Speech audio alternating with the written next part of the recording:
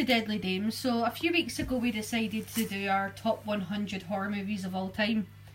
And we've literally been trying to do it for a few weeks. We struggled. We've got all three of us here, by the way, but we really, really struggled. Firstly, to pick just 100 horror movies that we liked, because there's so many that we like. And then secondly, to try and put it in order of 100 to number 1. So what we decided to do, which is kind of a little bit of a cheat, but it was the only way we could do it without all arguing over which ones we liked more than others, because none of us could decide on the number 1.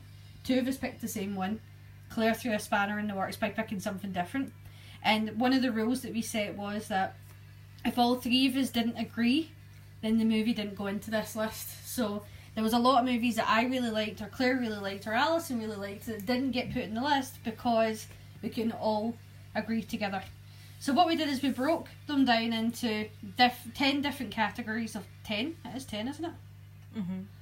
And tried a little bit something different. So we'll start at we'll start just at the top 10. I start with the top. So I know we've written them down in paper, but it was easier than us looking at 100 movies, so we will talk about them. So in our top 10 at this side, we went for Jaws, Halloween, Nightmare on Elm Street, The Thing, Alien, Friday the 13th, Scream, Candyman, Hellraiser and Black Christmas. Now, we cheated a little bit because we actually couldn't decide equally amongst the 3 of us which number would go from 10 till 1.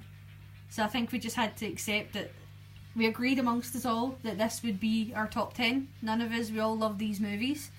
Jaws is a classic. I don't know anybody that doesn't like the movie Jaws, and you could argue that Jaws maybe isn't a horror, but let's face it, it's a great big shark eating people, and it scared the life out of people for years to come about getting into water. Sharks, yeah.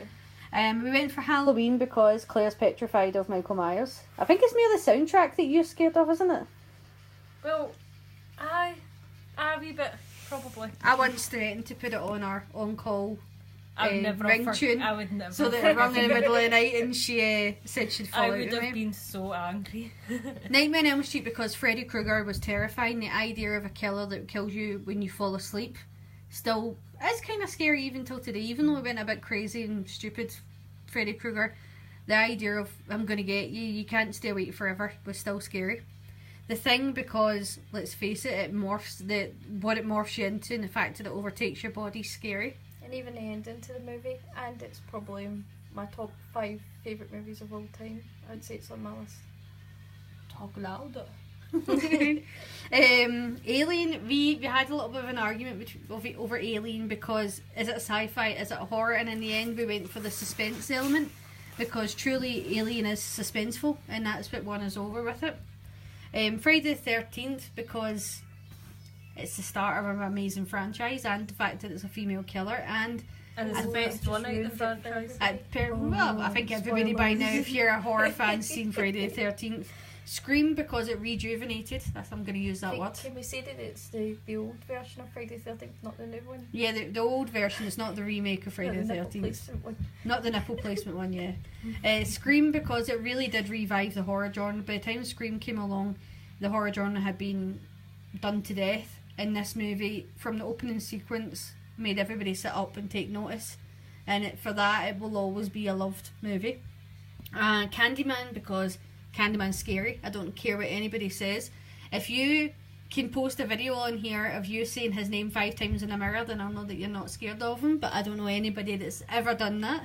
You might pretend that you have. I remember trying to do that when I was wee, and you probably did the same, that you would stand in front of a mirror and try and say it, and then just the last time I'm even aware of saying his name in front of know, something reflective. But you know it's just a film, but you still wouldn't. And Hellraiser because the idea of these creatures coming to get you and torturing you for pleasure is scary, let's face it. Although I must admit, if I found the box, I'd probably try and open it. Oh, you definitely would. even if there's a neon sign above it saying "Do not open this" or Cenobites will come and drag you away, I would touch the box. Then what we went for now, these aren't necessary the best. Oh, sorry, Black Christmas. Black Christmas. Why does it scare Alison? Oh, I've told this story a million times. So this is Black Christmas, the original, and not Black Xmas. Claire got lazy and wrote Xmas. I wrote out 100 tickets on that.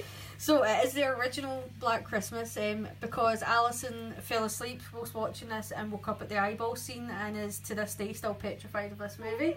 But to be fair, it's quite a scary movie, and I think the thing that's scary about it is that you never really know who the killer is. But he never gets caught, because never gets everybody caught either. overlooks the wee hatch, and for the loft. Nobody, that he'll never get caught. And then they're stupid and they leave, like, again, spoiler alert, they leave the final lassie in the house with him still in there. It's still scary. It is scary. Okay, so then what we decided to do was do a top 10 movies that disturbed us. Now, these aren't necessarily our most disturbing movies. These are movies that we would put in our top 100, but we couldn't, as I said, we cheated because we couldn't put them in an order of 100 to 1. So we went for dooming in categories. So for this one, we went for Martyrs. Now, I absolutely love the movie Martyrs because it's like 3 movies in one. It starts off as a kind of ghost story, and then it goes to a revenge story. It's actually 4 movies in one. Because then it goes, a revenge story, and then it goes off into an absolute mad torture story. The ending to this movie disturbed me. I know. Yeah. I thought. remember messaging you afterwards and being like, I just watched Martyrs. What happened? What did they say? And then just being really, really... I just thought it was an excellent made movie. I felt really sorry for the character. I mean, she obviously loved that lassie, and the lassie had major problems.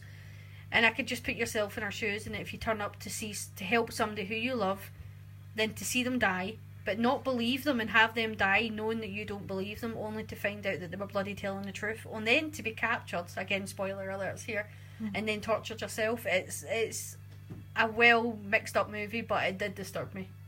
And it's one of the best endings to a movie I've ever seen. Yeah, I agree. Green Inferno.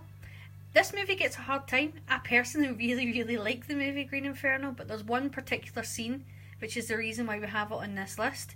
And it's the scene, and again, we're going to say spoilers, so just get used to the spoilers. Where the nice guy, out of all of them, the nice guy is the one that gets the worst death. He gets his eyeballs plucked out, he gets his arms and his legs chopped off, and he is alive whilst it's happening, it's screaming.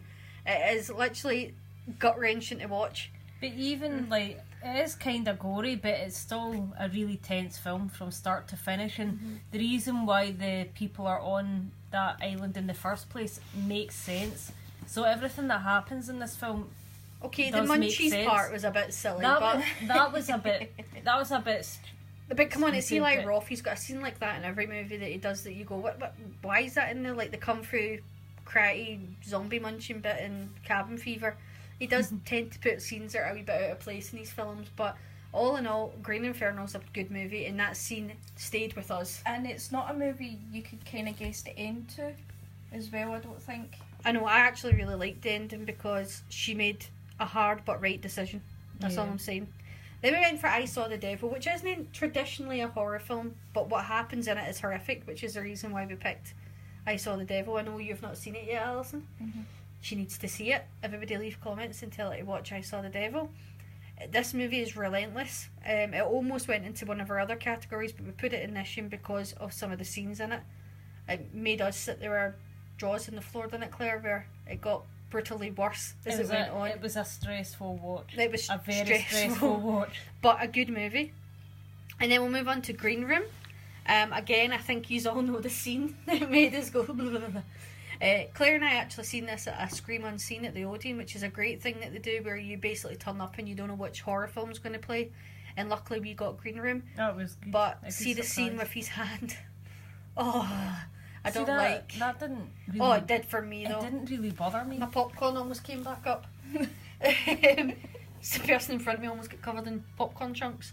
But I don't like arms and legs snapping and stuff like that. And there is an arm snap and an almost hand amputation in this movie. And again, this one almost went into another category of ours because it could happen. And that's what was scary about this as well. Last House on the Left, we put this on here because as women, rape stories are horrible to think of. Anybody doing something to you against will, obviously guys get it too, so I shouldn't just be using that as a women's term because it can happen to men as well. But obviously it's a woman in this story. somebody doing something to you against your will is probably one of the most horrific things in the world. And then if you look at it from the parents' point of view, how horrifying is that to have that happen to you? And then they turn up at the parents' house, and then you root for the parents, let's face it. You want mummy to bite his penis off. You do. But yeah, Last House on the Left, and I think the most disturbing thing about this movie is that the way that Wes Craven put stupid police officers mixed with horrific rape. So, and there was actually one particular scene where the police officers fell off the front of the car where I actually kind of sniggered. And then it jumped back to the rape scene and I thought, oh God, he's making me laugh, then cringe, then laugh, then cringe, and it was really like an emotional head. Oh, it's a head fuck, but that's a bad word. But that's kind of what it was. I Spit in Your Grave, same reason really. Tense movie to watch about a bad thing happening to a poor lassie that just wanted to go to a cabin to write, wasn't it? Or was it to relax? Can't remember. Maybe mixing up with the remake. But these are the originals, by the way. The original Last House on the Left and the original I Spit in Your Grave. Tense movie, hard to watch, and you root for her when she gets her own back. Irreversible. This movie is purposely made to make you feel sick. The sounds that they play in the film. I do not walk under an underpass to this day still. Neither do I. I even say to Alex, I say, if I can stop. see to the other side of the underpass, I go for it. But if I can't see to the other side, I will actually just go over the motorway. I'm not going in the underpass. Don't get me wrong, the rape scene in this is too long. It is too long. I fast forwarded. I was like, that's not that you don't want to see any gratuitous violence and stuff, but it was too long, wasn't it? It was awful. I don't think the purpose of it was... Well, I know a lot of horror films will throw in a scene like that is gratuitous, and I don't think it's right if it has no place in the film. But I think in this film it did have a place, and I think the reason why it was so long was to make you feel really uncomfortable. I mean, there's nothing nice about this film at all. Nothing. The movie's actually shot backwards, so you start off with all the violence happening, then the rape scene, and then you end up with a happy ending, but you know that it's shot backwards, really and you know it's not really the ending, you know that's the beginning, and that is what's so disturbing about this movie. It's an excellent made film, but the way that it's shot, like the camera movement, the sounds that's in it, it actually makes you feel physically sick, but it was designed that way to do that. See, I think it's one of those films like I Saw the Devil and Serbian film that which is it's down. a very well made film about something horrific, whereas there are films that are made that they're not particularly good in the throwing scenes that you think that's not necessary. Who are you trying to appeal to here? So I think that, you know, if it's well made and the horrible things that happen make sense and are in context, then it's not as bad, if that makes sense. Like, it does make sense. It makes sense for the film. It's not just flung in there just for shock value. No, but it does make you feel sick, that film. Yeah.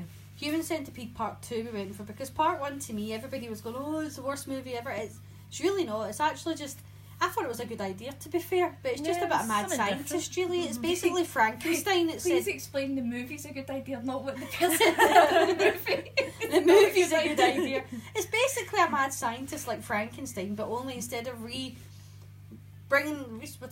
regenerating a dead body, he decides to sew people together to make a giant centipede. Why not? Why not? Just train them if to you walk can around do your it, yard? do it, right? Just walk by in the street. But number 2 is disturbing because they make out that number 1 is a movie, and the guy in number 2 is obsessed with that movie, and he wants to make his own Human Centipede only like 10 million times bigger, and he's just this nutty guy running about with like staplers and duct tape and a hammer and chisel, grabbing random people and trying to sew them together without any medical. I mean, don't get me wrong, I don't think it'd be fun to medically be knocked out and then wake up and you're stuck to someone's bum, but at least you were knocked out when it happened. These characters were awake when he was smashing their teeth in and sticking their faces to someone's bum using a stapler. I found Human Centipede Part 2 really, really hard to watch, but again, well made movie about something really horrible. We're going to run out of time here, so we're going to come back and do the next part on Part 2. Hopefully you don't mind that we've done it this way. It's the only way we didn't argue. So we'll see you in Part 2.